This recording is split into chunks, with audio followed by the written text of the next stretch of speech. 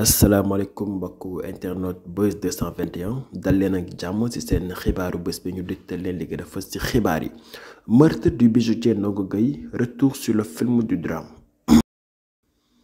D'après l'enquête, lorsque le bijoutier s'est rendu chez Bass Thiam pour lui réclamer son argent, les deux hommes ont eu une altercation. Bass lui aurait alors aspergé un gaz asphyxiant avant de l'étrangler à mort. Constatant le décès de Ndongo Gueye, il a pris un des oreillers et l'a ouvert pour récupérer le coton se trouvant à l'intérieur afin de boucher les narines du défunt qui laissait échapper du sang.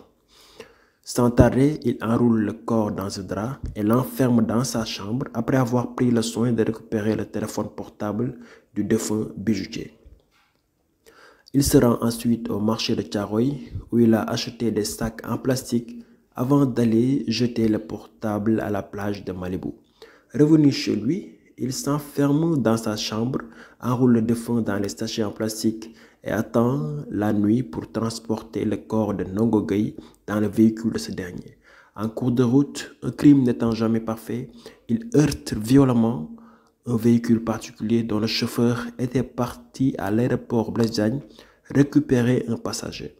Il ne s'arrête pas, obligeant le chauffeur à se lancer à sa poursuite. Ce dernier, dont la conduite est meilleure que le présumé meurtrier, finit par le rattraper. Bass Thiam se gare, sort de la voiture et réussit à disparaître dans les ruelles sablonneuses, laissant la clé de contact de la voiture sur place. Le chauffeur du véhicule particulier, qui était entré dans une colère noire, récupère la clé, démonte la batterie du véhicule et repart se coucher. Raison pour laquelle le défunt a été découvert dans les conditions que tout le monde sait, à l'intérieur de son propre véhicule, enroulé dans des sacs en plastique. Ce n'est que plus tard que le chauffeur du véhicule particulier a appris la découverte macabre de Ndongo Gueye. Il part alors à la police, fait son témoignage et donne une description de l'homme à la capuche qui sera identifié plus tard comme étant Bass Thiam. Capuche qui sera d'ailleurs découverte dans sa chambre, ainsi que le drap maculé de sang et l'oreiller troué, les téléphones du défunt, de même que celui de Bass Thiam, suivant la réquisition de la police, seront bornés au marché de Thiaroye, là où le présumé meurtrier a jeté les sachets en plastique.